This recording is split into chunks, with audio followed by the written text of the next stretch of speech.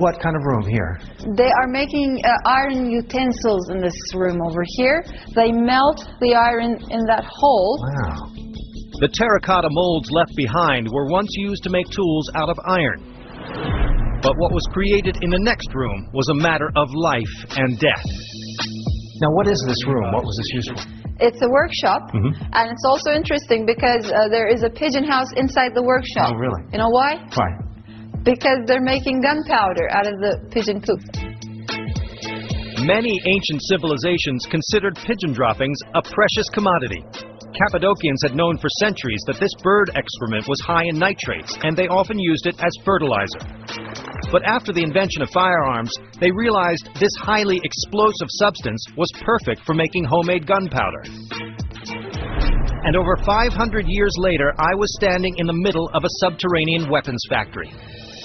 So Sinan lived above this, a whole working complex. Whole working complex. They believe living here and not being an architect is not possible. This is a perfect laboratory for a great architect to be raised among. Yeah. Amazing. This perfect laboratory for Mimar Sinan is an invaluable time capsule today. And few people know that everything from the beginning of ancient factories to arches that inspired the world are all right here, buried 20 feet beneath this village in Cappadocia.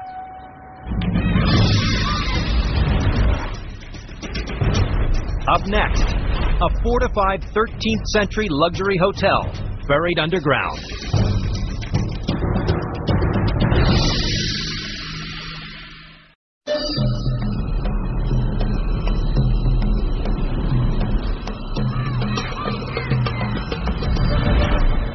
In the last 50 years, around 200 underground cities have been found throughout Cappadocia, and new ones are found all the time. In fact, just recently, archaeologists discovered another lost city, but this was no ordinary find. It may be the largest and most sophisticated underground city in all of Turkey. It's still being excavated today, but it may rewrite history. This latest discovery buried beneath Cappadocia is unlike any other. It's located in the town of Gaziamir on the western edge of the region. The locals always believed they lived on top of another world, but they had nothing to prove it. So the government gave them 3 weeks to start digging and see what they could find. A group of villagers got together, and no sooner had they broken ground than they uncovered a time capsule dating back 7 centuries to the dangerous days of the Silk Road.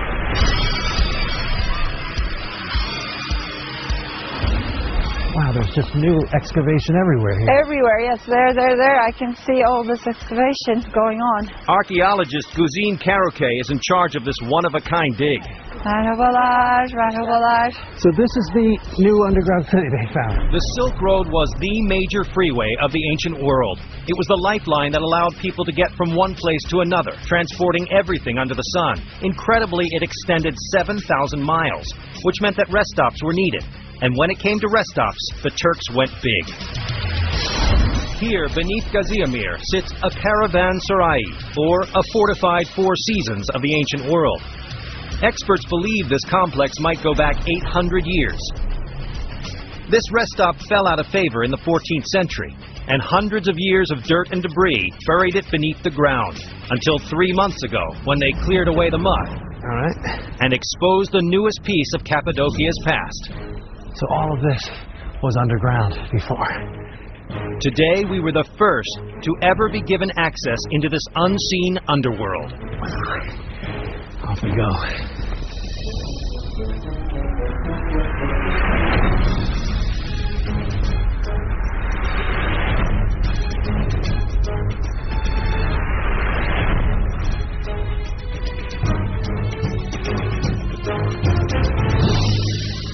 Oh my God, it's a whole world in here. Isn't this beautiful? I'm so surprised to see a place like this.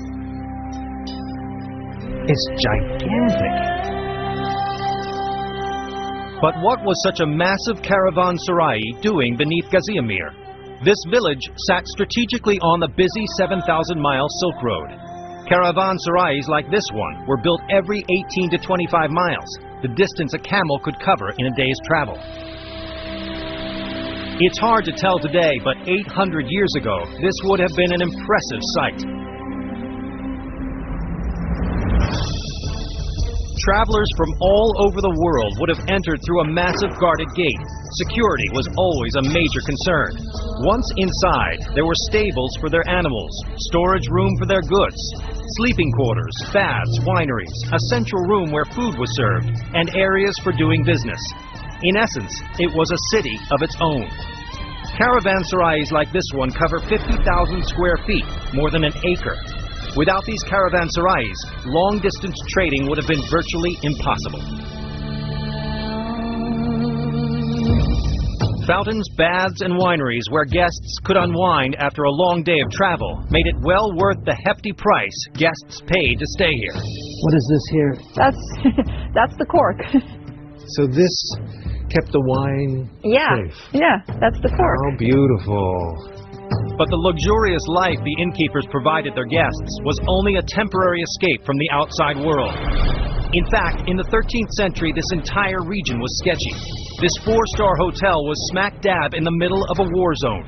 Most of the local villagers took refuge in the underground cities I had already seen. Travelers on the Silk Road needed security too.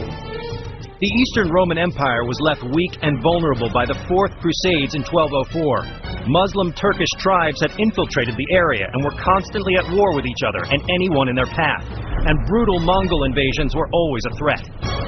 Not to mention gangs of thugs and thieves trolling for victims, looking to steal the expensive camels and their cargo.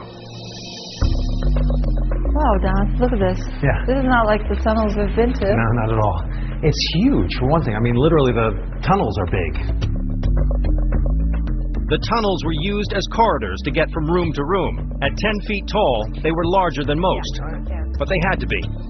Asian camels used on the Silk Road could be as tall as 7 feet and weigh as much as 1,500 pounds. Oh, I see. It splits off in two here. The camels, the animals were taken out this way, the slope. The big wide tunnel here. Travelers from all over the world, mostly rich merchants carrying their goods camelback, would have stopped here to rest after a long day of travel and trade. In this courtyard, they would unload their goods, everything from silk to spices, and tie up their animals. Animals were precious cargo, and they were well cared for at the caravanserais. A staff of veterinarians, saddle makers, blacksmiths, and stable hands would have been on site. So this entire room is filled with camels. I guess so. Oh, well, this looks like a bone. God, that's a jaw. It's an ancient camel jaw. And a top. Yeah. Hey. Oh, my God, that's a little gruesome, isn't it? From the 13th century. Yeah, most probably. I'm going to leave it right there. In fact, this archaeological site here is the only one in Cappadocia to have ever unearthed camel bones. Just 3 months into this dig, the archaeologists have already unearthed unprecedented relics from the ancient world. But they've only dug out a fraction of this caravanserai, buried here beneath Gaziamir. As they continue to excavate, who knows what else they'll find. For now, the mud is the only thing separating the past from the present. Like ancient time capsules, these underground cities preserve Cappadocia's dark and mysterious past, from the harsh existence of the Neolithic era to the brutal warfare of the Dark Ages. Today, like their ancestors, locals are once again moving back into these ancient caves, turning them into boutique hotels and luxury homes. But next time they want to renovate, they knock down a wall or dig a new well. Who knows what secrets they'll find hidden in the caves of Cappadocia.